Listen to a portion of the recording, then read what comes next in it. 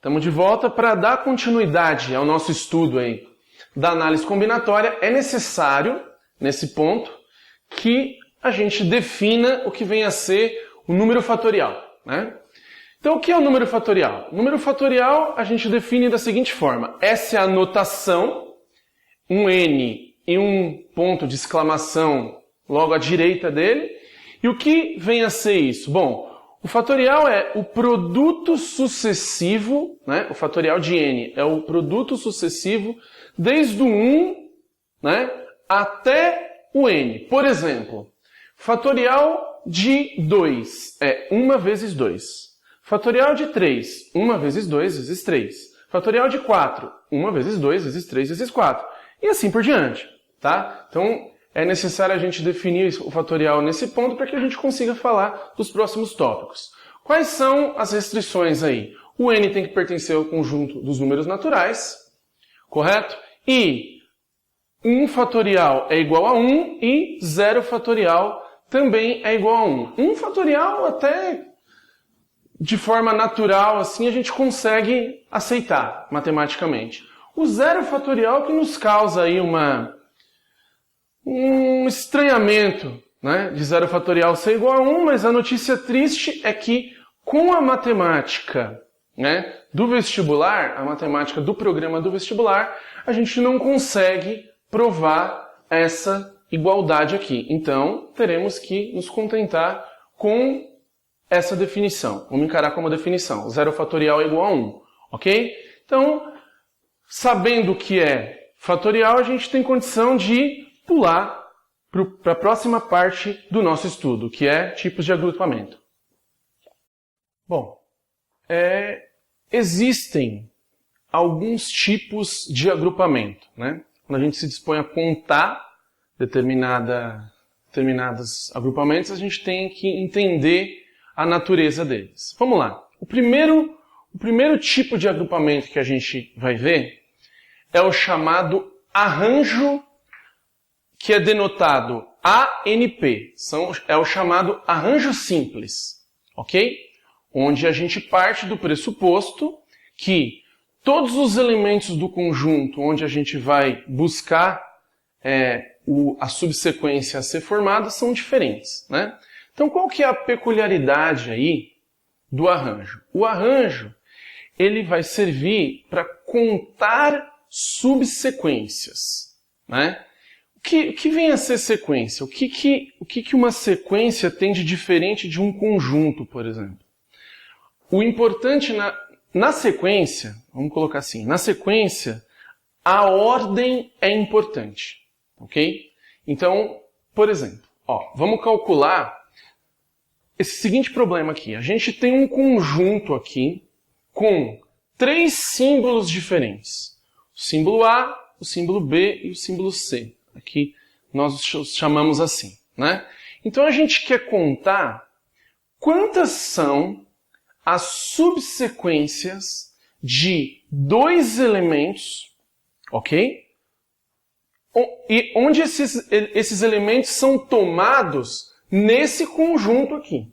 Nesse conjunto que contém 3 elementos. Então, esse problema é um problema simples. A gente não precisa nem usar a teoria de arranjo para chegar na resposta. Porém, o objetivo é esse, né? Vamos fazer o link com um problema simples para a gente conseguir expandir a ideia e conseguir contar subsequências maiores, ok? Então, novamente, vou repetir a pergunta para vocês. Quantas são as subsequências de 2 elementos de tal forma que esses elementos são apanhados, né, são pegos nesse conjunto aqui que tem 3 elementos? Bom, todas as sequências possíveis são A, depois o B. Essa é a primeira subsequência de 2 elementos, tá?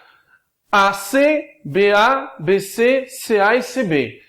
Dando um total de 6 sequências, né? 6 subsequências aí. Então, como que a gente faria esse cálculo usando a fórmula de arranjo, tá? Então, o que seria o N e o que seria o P? Bom, façamos a conta. o arranjo de esse n é o total de símbolos que estão no conjunto maior, onde a gente vai buscar os símbolos para formar subsequências. Então, são 3 no total que a gente pode escolher. Ok? As subsequências formadas, elas possuem 2 elementos. Então, é o 2 que eu vou colocar aqui. Ok? Então, como é essa conta? De acordo com a definição, a gente vai ter que 3 fatorial no numerador. No denominador, a gente vai ter 3 menos 2 fatorial. Que, no caso, o n é 3 e o p é 2. Então, fica 3 menos 2 fatorial. Ok? Assim, mais uma vez, estamos contando, esse resultado aqui nos dará o número de subsequências de 2 elementos, de tal forma que esses elementos são pegos num conjunto que tem 3 elementos a serem pegos. Então, isso daqui vai ser quanto? 3 fatorial dá 6, ok? E 3 menos 2 é 1, 1 fatorial é 1 mesmo. 6 dividido por 1. Eu vou colocar o 1 aqui. Então, isso dá um total de 6 subsequências. Aqui estão elas. As 6. Ok? Com isso, a gente entende com um exemplo simples o que o arranjo nos dá, né? Ele nos fornece a contagem de subsequências. Ok. Continuando o nosso estudo, agora vamos falar sobre o segundo tipo de agrupamento, que é a combinação simples. Ok? O que a combinação tem de diferente do arranjo, que a gente viu anteriormente aí. Bom, a combinação, ela serve para contar subconjuntos, tá? Ou seja, aqui a ordem não importa mais. Por exemplo, a gente quer o número de subconjuntos, vamos calcular o número de subconjuntos de 2 elementos, de tal forma que esses elementos são pegos nesse conjunto aqui que possui 3 elementos distintos, ok? Então, esse resultado, eu listei aqui os 3 subconjuntos diferentes, né? Temos aqui o subconjunto que contém o símbolo A e o símbolo E, o símbolo B.